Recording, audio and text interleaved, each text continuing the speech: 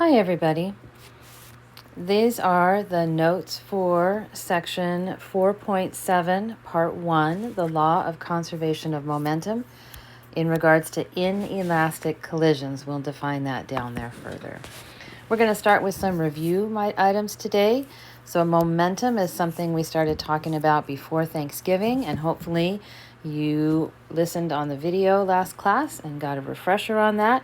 Momentum is a quality of motion, right? So it includes the direction something's moving, the speed with which it's moving, and the size of the thing. So a quality of motion.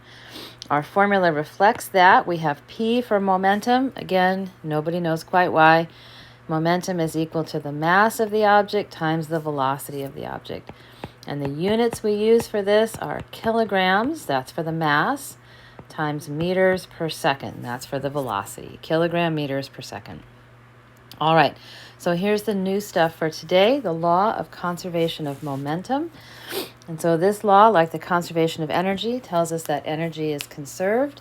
The law of conservation of momentum tells us that the momentum of a closed, isolated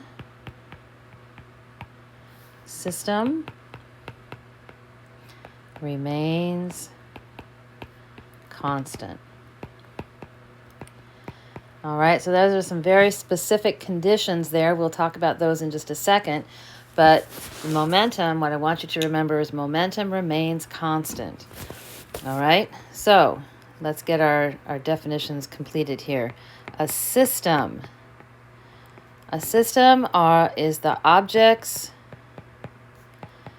that are interacting. All right, you can have an infinite number of objects in a system. We're going to limit our systems to 2 objects. That makes things a little easier to understand. A closed system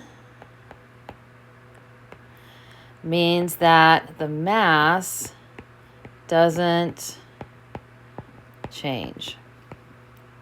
So in the middle of our problem, something's not going to get bigger or smaller, right? The mass of our objects is going to stay the same. And finally, an isolated system means that there are no outside forces.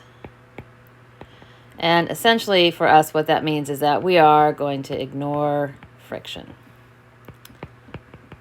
All of our problems are going to take place on a frictionless surface, so we don't have to worry about the force of friction interfering with our situation. All right, if we want to find the momentum of this system, we are going to add the momentum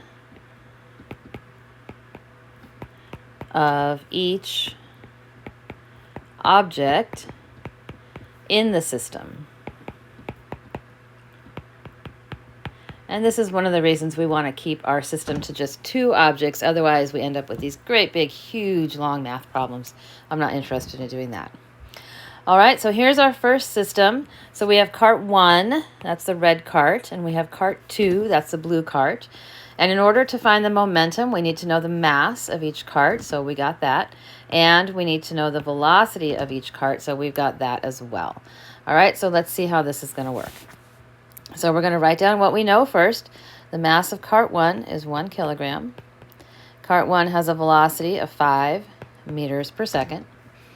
The mass of cart 2 is also 1 kilogram, and it is going 1 meter per second. All right, so these 2 carts are traveling along. They're going in the same direction, and we know that because both of those numbers are positive. So down here, there's just a little reminder. If you were to have a problem with a negative sign, you'd have to remember that. It means that it is going the opposite direction. So if we want to find the momentum of this system, we're going to call that the total momentum.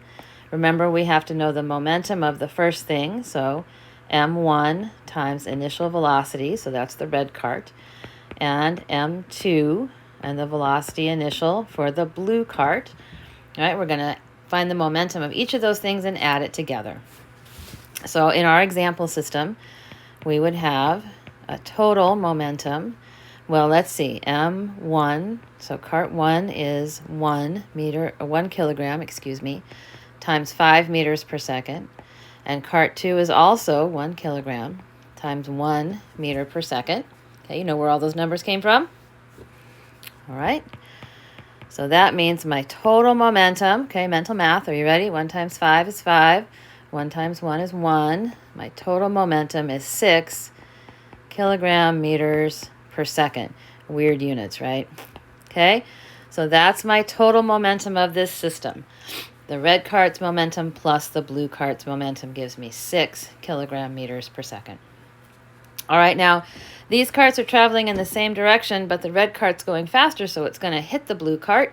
And I have set up this simulation so that those two carts are going to stick together. So that's an inelastic collision.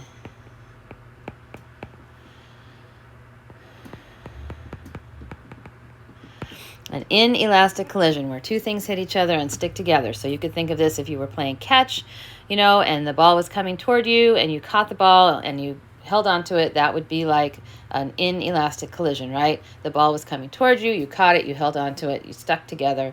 That's an inelastic collision.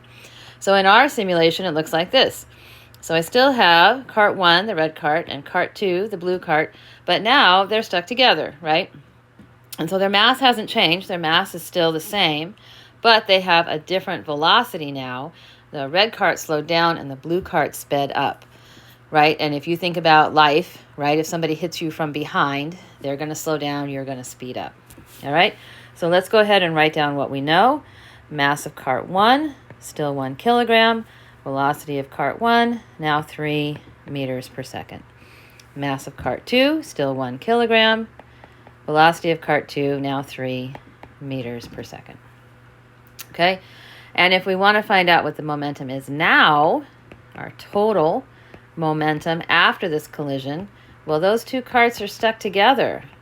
So I'm going to add their masses, and they have the same velocity. So I just have to worry about one final velocity in this problem.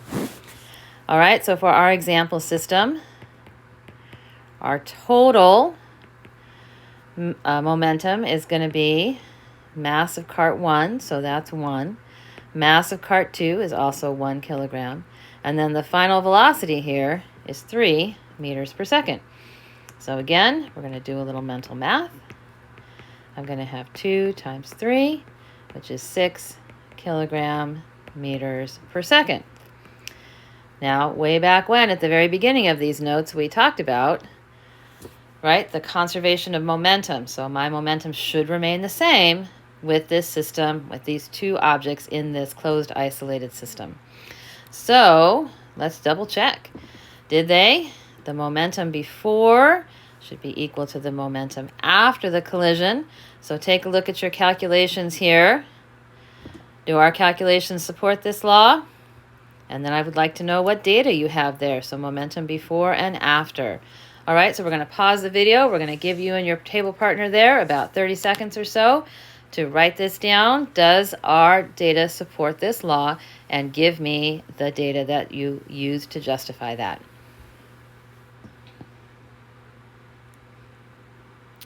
All right, so hopefully you had a conversation with your table partner there. And what does our data support this? Well, I hope you said yes, because it does. Our momentum before the two carts collided was 6 kilogram meters per second, and our momentum after the carts collided was also 6 kilogram meters per second. All right, so we're going to take these two formulas that we used and we're going to push them together. So we're going to get the mass times the initial velocity of cart 1, or object 1, plus the mass times the initial velocity of object 2, is equal to, well, here they go. They're going to stick together. So mass 1 plus mass 2 times that final velocity. So here is my before the collision, and here is my after the collision. All right? So you're going to need a calculator to do this example problem. So if you need to pause and go get a calculator, please do that. I'll give you a second. All right, so let's do our example problem here. So before I write anything down, I'm going to look and see what's happening. So here I have two carts. I have a cart 1 and a cart 2, red and blue. And here, those two carts are stuck together. So I still have cart 1 and cart 2, red and blue, but now they're stuck together. So this is going to be very similar to the one that we did up above. All right, so let's look and see what we have here. Lab cart 1 has a mass of 15 kilograms. Okay. Lab cart 1 is 15 kilograms, and it is traveling in the positive direction at 1.7 meters per second. And just so I keep it straight in my head, I'm going to call that the red cart. Lab cart 2 has a mass of 12 kilograms, and it is at rest. Oh, remember, that's an important phrase, at rest. That means it's going 0 meters per second. So there's my blue cart. And I am trying to find the final velocity of this system. All right, so here's my formula. Cart 1, mass times initial velocity. Cart 2, mass times initial velocity. They stick together, so m1 plus m2, those are my masses. And this final velocity, that's what I'm looking for. So if I fill in what I know, I've got 15 times 1.7 plus 12 times 0. And now my mass is still 15 and 12. And VF is what I don't know. All right, so get your calculator. Here we go. 15 times 1.7. I got 25.5. That's gone, right? That's 0. I'm going to add these together and get 27. VF, divide both sides by 27. All right, so that cancels, and I'm going to end up with VF equals 0.944. With my correct significant digits, 2, I get 0.94 meters per second. All right.